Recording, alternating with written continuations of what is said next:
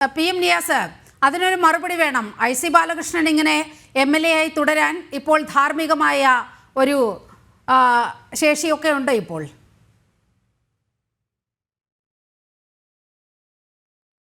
നോക്കൂ, ഞാൻ താങ്കൾ പറഞ്ഞ നേരത്തെ ഒരു കാര്യം എനിക്ക് മറുപടി പറയാനുണ്ട്.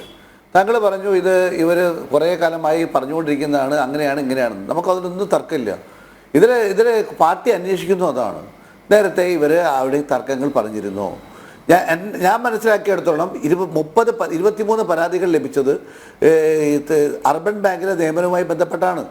സുൽത്താൻ ബത്തേരിയിൽ അത് വിജയനല്ല, മറ്റു പലരും. അതേക്കുറിച്ച് ഞങ്ങൾ അന്വേഷണം നടത്തി ആ ബാങ്കിൻ്റെ പ്രസിഡന്റ് ഉൾപ്പെടെയുള്ള പ്രധാനപ്പെട്ട 2 പേരെ, DCCയുടെ മുൻ ട്രഷറർ ഗോപിനാഥൻ ഉൾപ്പെടെയുള്ള ആളുകളെ 2 പേരെ സസ്പെൻഡ് ചെയ്ത പാർട്ടി. അത് വേറൊരു ആസ്പെക്റ്റിൽ വേറൊരു കാര്യമാണ്. ഇത് നേരത്തെ സുൽത്താൻ ബത്തേരി കോപ്പറേറ്റീവ് ബാങ്കുമായി ബന്ധപ്പെട്ട പ്രവർത്തനങ്ങളിൽ അദ്ദേഹത്തിന് ബാധ്യത വന്നുവെന്നും ആ ബാധ്യത അദ്ദേഹത്തിൻ്റെ വ്യക്തിപരമായ അദ്ദേഹത്തിന് അടച്ചു തീർക്കേണ്ട അവസ്ഥയായി വന്നിരിക്കുന്നു എന്നുമാണ് ഇപ്പോൾ പരാതിയായി ലഭിച്ചിരിക്കുന്നത്. അതേക്കുറിച്ച് പാർട്ടി അന്വേഷിക്കുകയാണ്. അന്വേഷിച്ച് അതിൽ രജിസ്റ്ററി നോക്കി അതിൽ പാർട്ടി ഏറ്റെടുക്കേണ്ട ബാധ്യതയാണെങ്കിൽ പാർട്ടി ഏറ്റെടുക്കുമെന്ന് തന്നെ പറഞ്ഞിട്ടുണ്ട്. പിന്നെ ഇവിടെ ഹരിദാസും പ്രിന്റുമൊക്കെ പറഞ്ഞാൽ കേൾക്കും ഞങ്ങളെന്തോ വലിയൊരു അപരാധം ചെയ്യുകയാണെന്ന്. ഒരു കാര്യം തുറന്നു പറയും, ഏത് പാർട്ടിയിലാണ് നിയമനത്തിന് കോഴ വാങ്ങാൻ അംഗീകാരം കൊടുക്കാൻ കഴിയുക? BJPക്ക് സാധിക്കുമോ? CPMന് സാധിക്കുമോ? കോൺഗ്രസിന് സാധിക്കുമോ? എവിടെയാ പറ്റുക? അങ്ങനെ ഔദ്യോഗികമായി ഞങ്ങളുടെ KPCC പ്രസിഡന്റായി നമ്മുടെ K സുധാകരൻ വന്നപ്പോൾ ഏറ്റവും ആദ്യം അദ്ദേഹം പ്രഖ്യാപനം എന്താ? നിയമനവുമായി ബന്ധപ്പെട്ട് ആരിൽ നിന്നും കോഴ വാങ്ങാൻ പാടില്ല, ആരിൽ നിന്നും പണം വാങ്ങാൻ പാടില്ല, തീരുമാനമെടുത്തതാണ്. അതുകൊണ്ടാണ് ഞങ്ങൾ പറയുന്നത് ഔദ്യോഗികമായി. ഞാനൊരു കാര്യം ചോദിച്ചുകൊള്ളട്ടെ. 2019 പീറ്റർ മാഷ് എന്ന് പറയുന്ന വ്യക്തിയും NM വിജയനും തമ്മിൽ ഒരു കരാറുണ്ട്. IC ബാലകൃഷ്ണന്റെ പേര് പറഞ്ഞുകൊണ്ടാണ് ആ കരാർ. IC ബാലകൃഷ്ണനെ മുൻനിർത്തി 30 ലക്ഷം രൂപ പീറ്റർ മാഷിൽ നിന്നും കൈപ്പറ്റുന്നു. സഹകരണ ബാങ്കിൽ നിയമനം നൽകാം എന്ന വ്യവസ്ഥയിന്മേലാണ് 30 ലക്ഷം രൂപ കൈപ്പറ്റുന്നത്. ഇതിൽ IC ബാലകൃഷ്ണന്റെ പേര് വളരെ കൃത്യമായി വന്നതാണ്. ഇത് അങ്ങേക്ക് അറിയാത്ത കാര്യമൊന്നുമല്ല. ഇത്തരത്തിലൊരു ഉടമ്പടി പുറത്തു വന്നു. ഇതുമായി ബന്ധപ്പെട്ട് കത്തുകൾ പുറത്തു വന്നു. KPCC പ്രസിഡന്റിനെ അടക്കം, അതുപോലെ അന്നത്തെ മിക്കവാറും നേതാക്കൾക്ക്, VM സുധീറിനടക്കമുള്ള നേതാക്കൾക്ക് ഈ വിജയൻ കത്തയച്ചിട്ടുണ്ട്, പരാതി അയച്ചിട്ടുണ്ട്. ഞാൻ കടക്കണിയിലാണ്, എൻ്റെ വീടടക്കം ജപ്തി ചെയ്ത് കൊണ്ടുപോകുന്ന സാഹചര്യമുണ്ട്. ഇത് ഞാൻ എൻ്റെ കുടുംബത്തേക്ക് വാങ്ങിയ പൈസയല്ല, ഇത് കോൺഗ്രസ് പാർട്ടിക്ക് വേണ്ടി പണം സമാഹരിക്കപ്പെട്ടതാണ്. അത് ഇടനിലക്കാരനായി ഞാൻ നിന്നു. എനിക്ക് 1 കോടിയിൽ പരം രൂപയുടെ ബാധ്യതയുണ്ട്. ഇതെല്ലാം പറഞ്ഞ് K സുധാകരൻ, VD സതീശൻ, അതുപോലെ VM സുധീരൻ അടക്കമുള്ള എല്ലാ നേതാക്കൾക്കും, പ്രിന്റു മഹാദേവൻ ചൂണ്ടിക്കാണിച്ചതുപോലെ രാഹുൽ ഗാന്ധി അടക്കമുള്ളവരുടെ അടുക്കലേക്ക് ഈ പ്രശ്നം എത്തിയിട്ടുണ്ട്. എന്നിട്ടും നിങ്ങൾ മരണശേഷം മാത്രമാണ് ഇതെല്ലാം അറിയുന്നത് എന്ന് പറഞ്ഞാൽ ആര് വിശ്വസിക്കാനാണ് ശ്രീ PM നിയാസ്? അതുപോലെ നിങ്ങളുടെ അണികൾക്ക് കൊടുക്കുന്ന സന്ദേശം എന്താണ്? നോക്കൂ നീലിമ, ഞാൻ വളരെ വ്യക്തമായി പറയാം. നീലിമ ആടിനെ പട്ടിയാക്കി പട്ടിനെ പേപ്പട്ടിയാക്കി തല്ലിക്കൊല്ലുന്ന നിലപാടാണ് നീലിമ പറഞ്ഞുകൊണ്ടിരിക്കുന്നത്. ഞങ്ങൾ വളരെ വ്യക്തമായി പറയുന്നു, സംസ്ഥാന കമ്മിറ്റി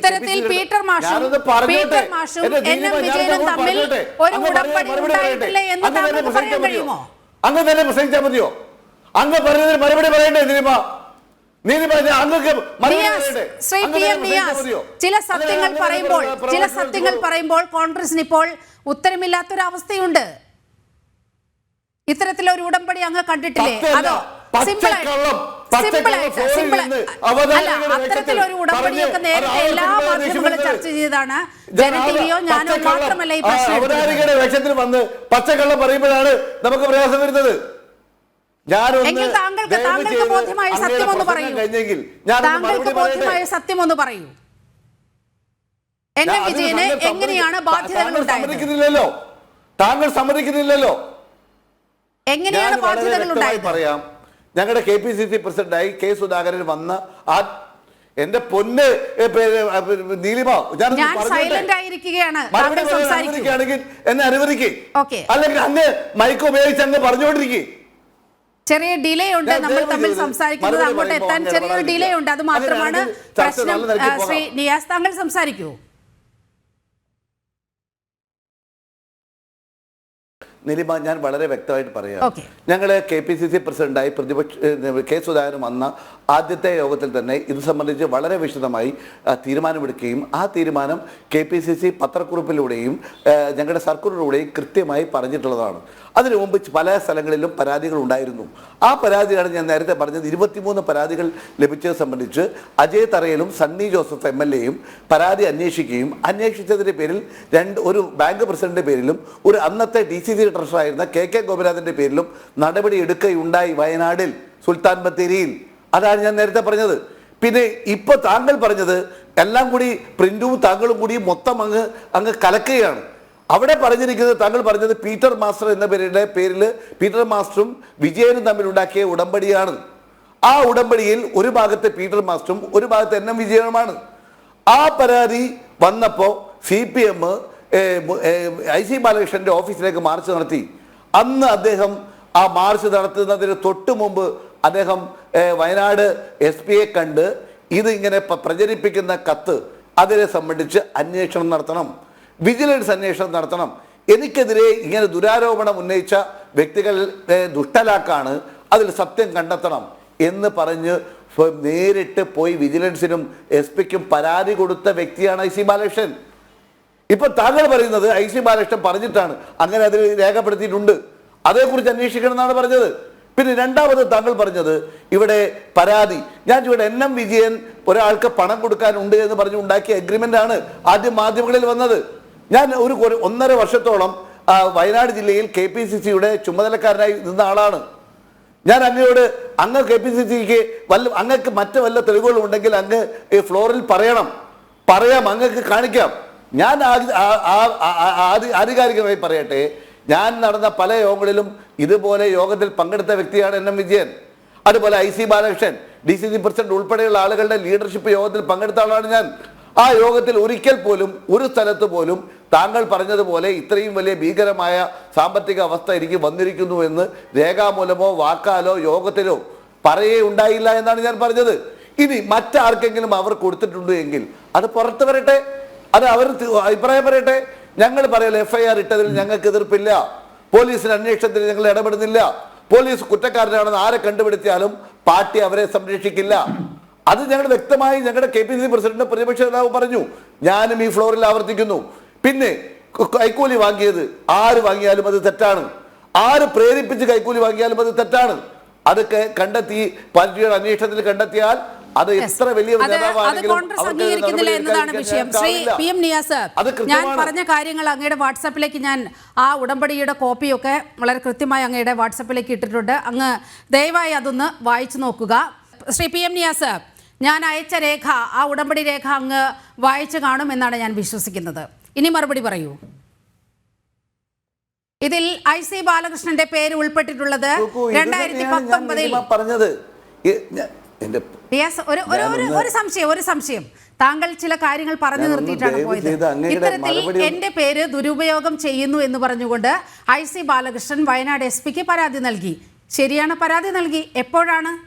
ഇദ്ദേഹത്തിന്റെ മരണത്തിന് ശേഷം.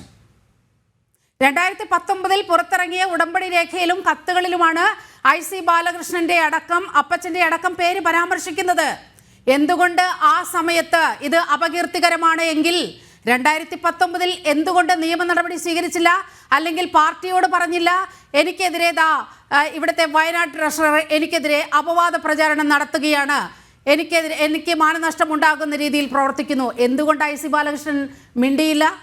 മരണത്തിന് ശേഷം മാത്രമാണ് IC ബാലകൃഷ്ണൻ പോലീസിനെ സമീപിച്ചത്. അതിലൊരു വ്യക്തത വേണ്ടേ ശ്രീ PM നിയാസ്? നോക്കൂ നീലിമ, ഇനി ദയവ് ചെയ്ത് മറുപടി പറയുമ്പോൾ താങ്കൾ ഇടപെടരുത്. താങ്കൾ പറയുന്ന മുഴുവൻ ഞാൻ കേട്ടു. ഒരു തവണ 2-3 തവണ താങ്കൾ ആവർത്തിച്ച ചോദ്യമാണ്.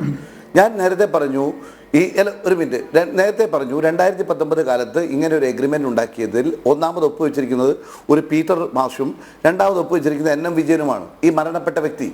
അങ്ങനെ എഗ്രിമെന്റ് ഒപ്പുവെച്ച വിവരം ഞാനും IC ബാലകൃഷ്ണൻ പറഞ്ഞറിഞ്ഞ അറിവാണ്. IC ബാലകൃഷ്ണൻ മാധ്യമങ്ങൾക്ക് മുമ്പാകെ പറഞ്ഞ കാര്യമാണ്. അദ്ദേഹം അറിയുന്നത് ഇത് NM വിജയന്റെ ആത്മഹത്യയുടെ ശേഷം അല്ലെങ്കിൽ മരണപ്പെട്ടതിന് ശേഷം ഇത് മാധ്യമങ്ങളിൽ വരുമ്പോഴാണ്. അത് ഒരു മാധ്യമങ്ങളിൽ വന്നപ്പോൾ ആ മാധ്യമങ്ങളിൽ വന്ന കോപ്പിയാണിത്. ആ മാധ്യമങ്ങളിൽ വന്ന വാർത്ത കണ്ട ഉടനെ ഇങ്ങനെ ഒരു പരാതി ഉണ്ടായെങ്കിൽ ഇത് വ്യാജമാണ്, ഇതിൽ ഞാൻ ഉത്തരവാദിയല്ല എന്ന് പറഞ്ഞുകൊണ്ടാണ് അദ്ദേഹം എസ് പിക്ക്, താങ്കൾക്ക് ഞാനിപ്പോൾ എസ് പിക്ക് അദ്ദേഹം കൊടുത്തിരിക്കുന്ന പരാതി ഇത് തന്നെ, ഈ കാര്യം തന്നെ വെച്ചിട്ടാണ് പറഞ്ഞിരിക്കുന്നത്. ഇത് ഞാൻ ഉത്തരവാദിയല്ല, ഇതിൽ വ്യാജ പിന്നെ രേഖ അല്ല, കുടുംബം തന്നെ, അദ്ദേഹത്തിന്റെ കുടുംബം തന്നെ പറഞ്ഞിട്ടുണ്ട്. അവർ കുടുംബം പുറത്തുവിട്ടതാണ് ഈ ഉടമ്പടി രേഖ എന്ന് പറയുന്നത്. 2019 ഞാനൊന്ന് പറഞ്ഞോട്ടെ, ഞാനൊരു കാര്യം പറയട്ടെ. 2019 എഗ്രിമെന്റ് ഉണ്ടാക്കിയത് നീലിമക്ക് അറിയാമായിരുന്നോ? നീലിമ കണ്ടിരുന്നോ? 2019 2020 കണ്ടിരുന്നോ? ഒരു കാര്യവുമില്ല. 2019 ഇങ്ങനെ IC ബാലകൃഷ്ണനെതിരെ ഒരു ഉടമ്പടി ഉണ്ട് എന്നുള്ള കാര്യം അദ്ദേഹത്തിന്റെ കുടുംബം പുറത്തുവിട്ടതാണ്. കണ്ടിട്ടില്ലല്ലോ, കുടുംബം പുറത്തുവിട്ടതാണ്. ഞങ്ങൾ അറിയുന്നത്, മാധ്യമങ്ങളും ഞങ്ങളും അറിയുന്നത് അദ്ദേഹത്തിന്റെ മരണശേഷമാണ്. അല്ല എന്ന് തെളിയിക്കുവാൻ രേഖയുണ്ടെങ്കിൽ ഞാൻ നീലിമയെ വെല്ലുവിളിക്കുന്നു, ജനൻ ടിവിയെ ഞാൻ വെല്ലുവിളിക്കുന്നു, അങ്ങ് കൊണ്ടുവരൂ. ഞങ്ങൾക്ക് ഈ കാര്യങ്ങൾ